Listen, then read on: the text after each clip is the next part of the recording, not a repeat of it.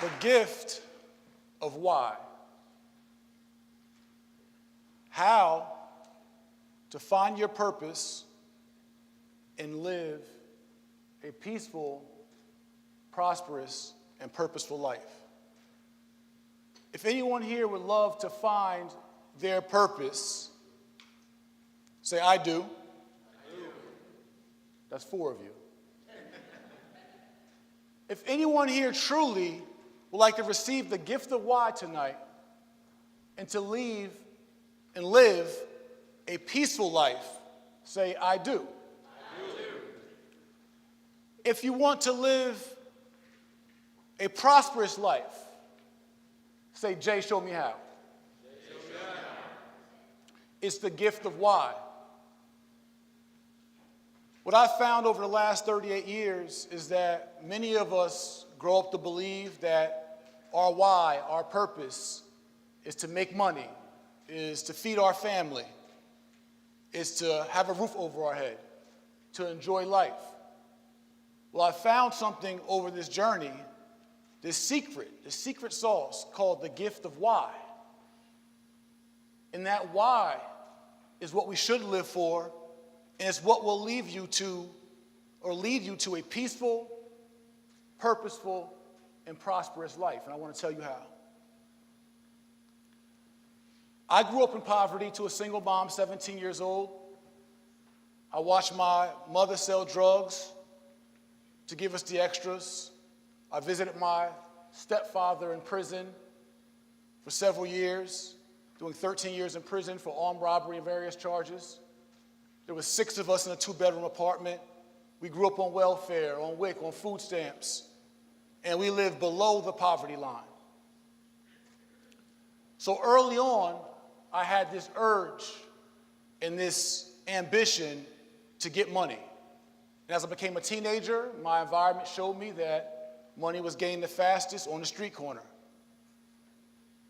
And growing up in my household, my stepfather came home from prison. He had a heroin addiction, and he was emotionally and physically abusive. So abusive, he would knock me down, stand over me, and say, I don't care if you live or die. So I grew up angry. I grew up in poverty. I grew up frustrated. And at 15 years old, I began to sell drugs on the street corner. At 16 years old, I left home, dropped out of high school in 11th grade, and became a full-time drug dealer. At 17, I would go back to school and graduate from an alternative program, but my whole purpose, my whole mission was to get money, to break the poverty curse at the nearest corner that I seen how. I remember looking at facing prison time and thinking to myself that if I had to go to jail for decades, but I could leave behind some kind of resources for my family, I would gladly sign up. Because I thought my purpose was to feed my family. And at 18 years old, I did go to prison, facing 3 years of life in prison on Rikers Island in New York for drug possession and drug trafficking crimes. Would serve a year in jail, come home, and before a year was up again, I caught 2 more felonies, facing drug trafficking crimes in Maryland and New Jersey. Would serve more prison time, still come home from prison, and go right back to the corners, right back to the block. Because of my why, my early why. It was to get rich or what? That's right. It was to get rich or what? That's right. Let the church say amen. It was to get rich or die trying. That's how passionate I was about what I thought my why was, what I thought my purpose was. I thought my purpose was as minuscule as to sacrifice my life just to feed my family or have the extras. How immature of me. So in 2005, approaching 25 years old, on the street corner of 10th and Springfield in Newark, New Jersey, I had an epiphany while I was selling dope to my community at 6 in the morning. And that epiphany was, Jay, where are you going to be when you're 30? As a 3-time felon with 3 felonies in 3 different states, no college education, and a former high school dropout. Where will you be when you're 30? I knew it would be dead or in jail. I said, Jay, are you really a hustler or are you just a drug dealer? Because a drug dealer only can sell drugs. A hustler can hustle anything. And so I challenged myself that day to see if I would take my same charisma, my same energy, my same grind, my same work ethic, my same swag, and take it from the street corners to the corner offices of a mortgage company in Union, New Jersey. I began my journey as a loan officer and as a young investor. I purchased my first 2-family home, and then a couple more multifamilies in my first flip. Also got my real estate license while I had my mortgage license, and built this growing and budding brand. In 3 years, made my first $1 million in real estate from the day I left that corner. But I still thought my why was getting money. And in 3 years after making millions, my arrogance, my pride, my lust for money, and my lack of purpose, I lost every bit of those millions. God humbled me because he had to prepare me to find what he truly put me here for. And what I'm going to teach each and every one of you here today is to find what he or she or it or what you are just here for. See, the world needs your purpose. I need your purpose. We all have something to offer the world. Just as the trees, as the plants, as the food, as every part of this ecosystem contributes to each other, we all have a duty to mankind and a duty to fulfill and contribute our purpose, the gift of why.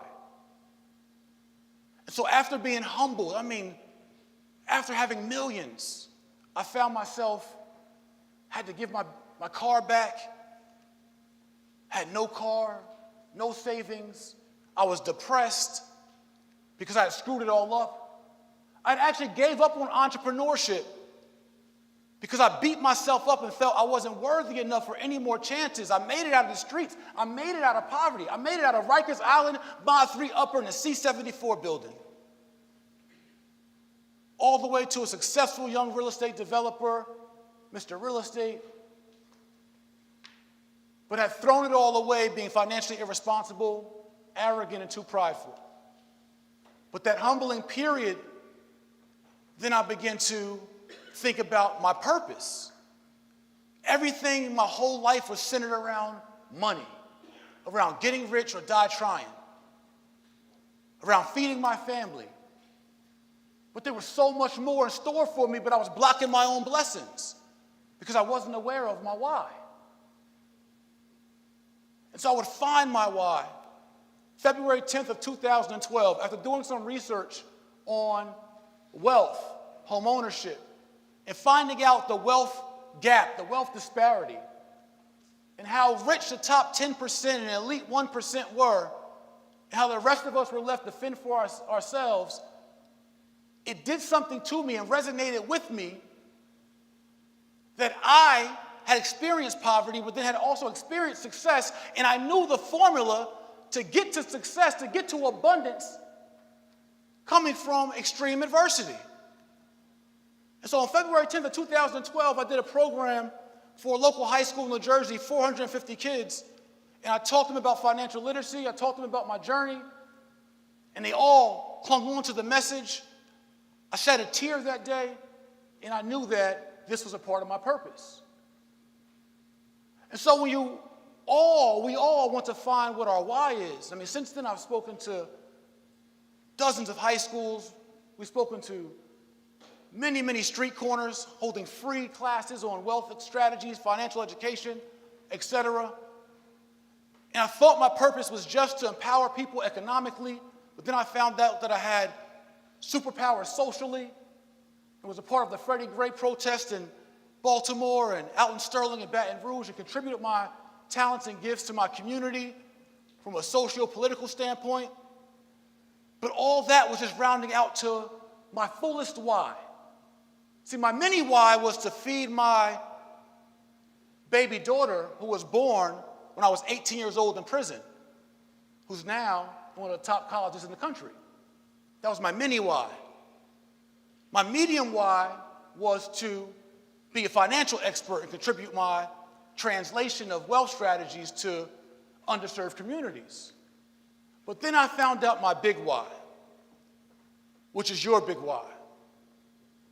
Our why is to leave a legacy, to max out our potential, and leave this world a much better place than we left it, contributing all we have to give. It's about what you leave behind when you're gone. How will people see you? So how you identify your why is the W, the H, and the Y. The W, thinking about what drives you, what motivates you, what compels you, and most importantly, what would you do in this world if money were not an issue? If all your bills were paid, if even your children, your grandchildren, you knew they would be straight financially, what is it then you would do and contribute to the world? Driving a nice car isn't a why. Living in a nice house isn't a why. What would you give the world if finances or health or your necessities were not an issue? What drives you? What compels you? So I knew for me that even if I were broke, I would still want to empower, inspire, and educate others. I would do it for free. I do it for free. I love to do it. It gets me pumped. It gets me hyped to transfer this energy and education into others. That's the first part I found in your why. The second part of the why is the H. How do you do it? So many people say, well, I want to empower inner city youth. I want to empower single moms. I want to, have this thing. You found a thing that drives you, you're excited by, whether it's homelessness, it could be animals, abused animals, whatever that thing that drives you. You got to contribute that. But then you get caught in, well, how do I do it? I don't have enough time. I don't have enough resources. Which is why we've done things as simple as, what I tell people is just, you want to do it? Just go do it.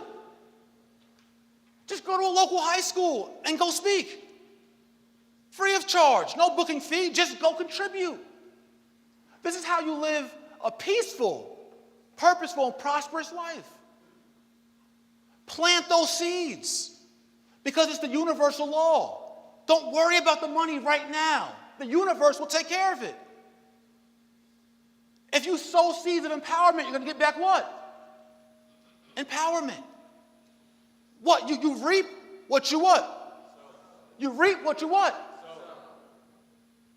So if you sow seeds of love, you're going to get back what? Love.